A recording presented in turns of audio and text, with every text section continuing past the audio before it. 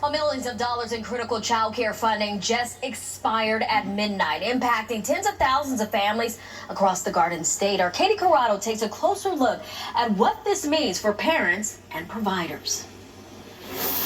I am just about 3 weeks out before delivery. Just days away from being a mother of two, Monique Davis's child care plans are suddenly in limbo. I have no plan. I have no idea what I'm going to do. Davis currently receives a monthly voucher through the New Jersey Child Care Assistance Program, or CCAP, to help pay for her 2-year-old's daycare in East Orange.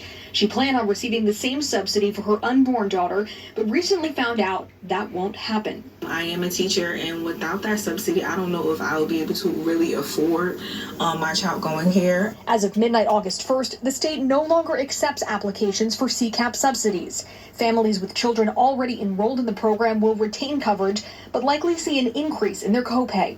I'm not going to be able to afford it at that point, but 2 children, I already know it's not going to happen. Child advocate Cindy Shields says New Jersey's 2026 budget allotted $80 million for continued CCAP funding, but did not include the $30 million needed to fund new applications. So essentially, those parents will have to decide whether they're going to stay home with their children, pay the high cost of childcare, or leave the workforce altogether. Shields says the cuts are leading families to consider drastic measures. I've also heard stories of parents asking if they could be induced before the deadline so that they can apply.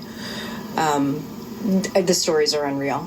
They're really unreal. The cuts are also creating problems for providers who are bracing for lost revenue. As a director, right now I'm trying to figure out, where future enrollment is going to come from. Does that mean that as a business we're going to have to make cutbacks? Does that mean layoffs? Having children not being able to enroll, especially in those infant toddler spots, are going to close classrooms, eliminate teaching jobs, and eventually for some programs is really going to force them into that conversation of whether they can sustain to remain open. It is possible that a legislator could step in at this point and try to restore the funding for the CCAP program.